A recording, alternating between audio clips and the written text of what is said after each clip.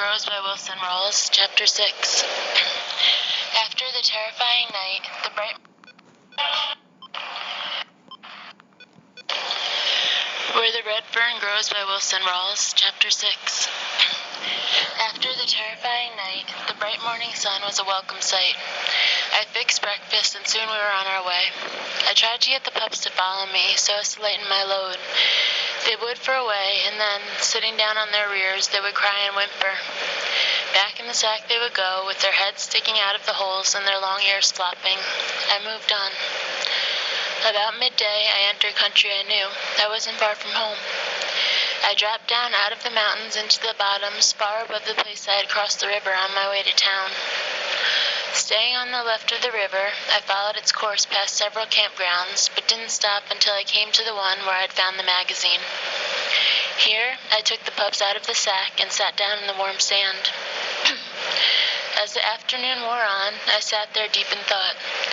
I was trying to think what I was going to tell my mother and father. I could think of nothing. Finally, I decided I would just tell them the truth, and with the help of the new overalls, cloth, and candy, I would weather the storm.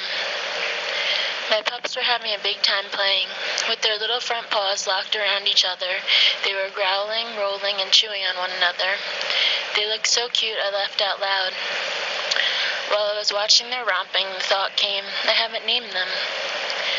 I went over the list of names. For him, I tried Red, Bugle, Lead, name after name as before. For her, I tried Susie, Mabel, Queen, all kinds of girl names. None seemed to fit. Still mumbling names over and over, I glanced up. There, carved in the white bark of a sycamore tree, was a large heart. In the center of the heart were two names, Dan and Anne. The name Dan was a little larger than Anne. It was wide and bold. The scar stood out more. The name Anne was small, neat, and even. I stared unbelieving, for there were my names. They were perfect. I walked over and picked up my pups. Looking at him, I said, "Your name is Dan. I'll call you Old Dan." Looking at her, I said, "Your name, little girl, is Anne. I'll call you Little Anne." It was then I realized it was all too perfect. Here in this fisherman's camp, I had found the magazine and the ad. I looked over at the old sycamore log. There I had asked God to help me get 2 hound pups. There were the pups rolling and playing in the warm sand. I thought of the old KC baking powder can and the fishermen, how freely they had given their nickels and dimes. I looked up again to the names carved in the tree. Yes, it was all there like a large puzzle. Piece by piece, each fit perfectly until the puzzle was complete. It could not have happened without the help of an unseen power. I stayed at the campground until dark. I knew I had to go home, but I put it off as long as I could. The crying of the pups, telling me they were hungry, made up my mind for me. I knew the time had come for me to face my mother and father. I sacked up my dogs and waded the river. As I came out of the bottoms, I could see the lamplight glow from the windows of our home. One of the small yellow squares darkened for an instant. Someone had walked across the floor. I wondered who it was. I heard Daisy, our milk cow, moo. I was thinking so hard of what I would say, it startled me for a second. Reaching the gate to our house, I stopped. I had never thought our home very pretty, but that night it looked different.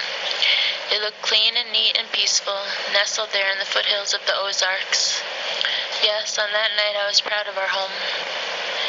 My bare feet made no noise as I crossed the porch. With my free hand, I reached and pulled the leather that worked the latch. Slowly, the door swung inward. I couldn't see my father or sisters. They were too far to the right of me, but my mother was directly in front of the door, sitting in her old cane bottom rocker, knitting. She looked up. I saw all the worry and grief leave her eyes. Her head bowed down. The knitting in her hands came up to cover her face. I stepped inside the room. I wanted to run to her and comfort her and tell her how sorry I was for all the worry and grief I had caused her.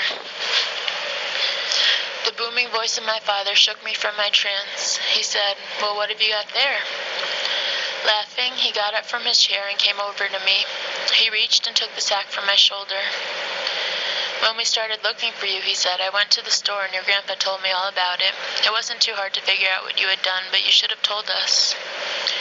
I ran to my mother, and, dropping to my knees, I buried my face in her lap. As Mama patted my head, I heard her say in a quavering voice, "Oh, why didn't you tell us? Why?" I couldn't answer. Between sobs, I heard the squeals of delight from my sisters as they fondled my pups. I heard my father say, "What's this other stuff you've got?" Without raising my head from my mother's lap, in a choking voice I said, "One is for you, one is for Mama, and the other is for the girls." I heard the snapping of string and the rattle of paper. The ohs and ahs from my sister were wonderful to hear. Papa came over to Mama. Laying the cloth on the arm of her chair, he said, "Well, you've been wanting a new dress. Here is enough cloth to make half a dozen dresses." Realizing that everything was forgiven, I stood up and dried my eyes. Papa was pleased with his new overalls. My sisters forgot the pups for the candy. The light that was shining from my mother's eyes as she fingered the cheap cotton cloth was something I will never forget. Mama warmed some milk for the pups. They drank until their little tummies were tight and round. As I ate, Papa sat down at the table and started talking man talk to me. He asked, "How are things in town?" I told him it was boiling with people. The wagon yard was full of wagons and teams. He asked if I had seen anyone I knew.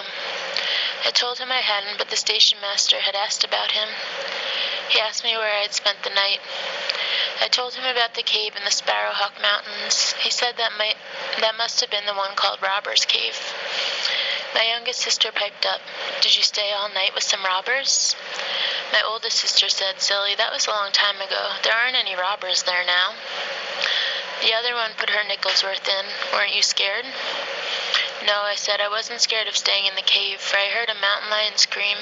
But I heard a mountain lion scream, and it scared me half to death." They won't bother you," Papa said. "You had a fire, didn't you?" I said, "Yes." He said, "They'll never bother you unless they are wounded or cornered, but if they are, you had better look out." Papa asked me how I liked town. I told him I didn't like it at all, and wouldn't live there even if they gave it to me. With a querying look on his face, he said, "I'm afraid I don't understand. I thought you always wanted to go to town." "I did," I said, "but I don't anymore. I don't like the people there and couldn't understand them." "What was wrong with them?" he asked. I told him how they had stared at me and had even laughed and made fun of me. He said, "I don't think they were making fun of you, were they?" "Yes, they were," I said, and to beat it all, the boys jumped on me and knocked me down in the dirt. If it hadn't been for the marshal, I would have taken a beating. Papa said, "So you met the marshal. What'd you think of him?" I told him he was a nice man. He had bought me a bottle of soda pop.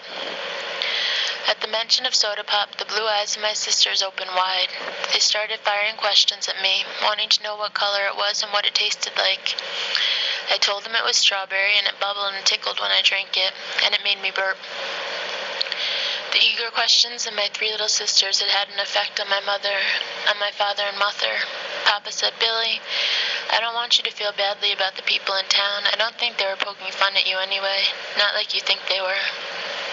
"Maybe they weren't," I said, "but I still don't want to ever live in town. It's too crowded and you couldn't get a breath of fresh air." In a sober voice, my father said, "Someday you may have to live in town.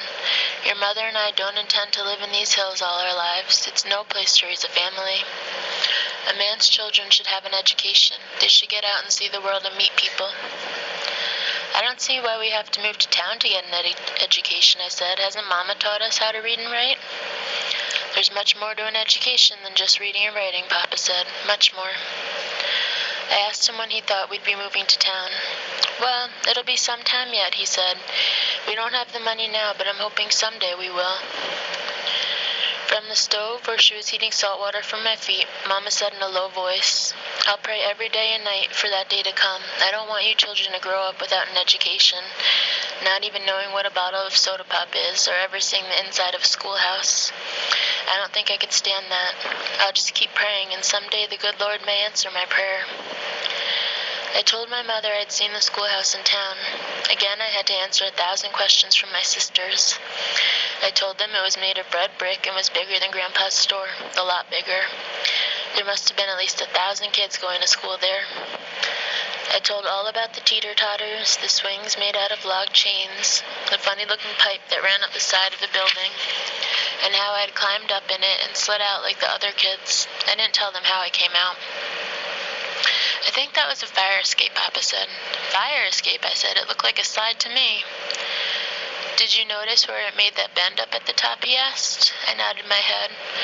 Well, inside the school there's a door, he said. If the school gets on fire, they open the door. The children jump in the pipe and slide out to safety. Boy, that's a keen way of getting out of a fire, I said. Well, it's getting late, Papa said. We'll talk about this some other time. We better get to bed as we have a lot of work to do tomorrow. My pups were put in the corn crib for the night. I covered them with shucks and kissed them goodnight. The next day was a busy one for me. With the hampering help of my sisters, I made the little dog house. Papa cut the ends of his check lines and gave them to me for collars. With painstaking care, deep in the tough leather, I scratched the name Old Dan on one and Little Ann on the other. With a nail and a rock, 2 holes were punched in each end of the straps. I put them around their small necks and laced the ends together with baling wire. That evening I had a talk with my mother. I told her about praying for the 2 pups and the magazine and the plans I had made. I told her how hard I had tried to find names for them and how strange it was finding them carved in the bark of a sycamore tree. With a smile on her face, she asked, "Do you believe God heard your prayer and helped you?" "Yes, Mom," I said. "I know he did, and I'll always be thankful."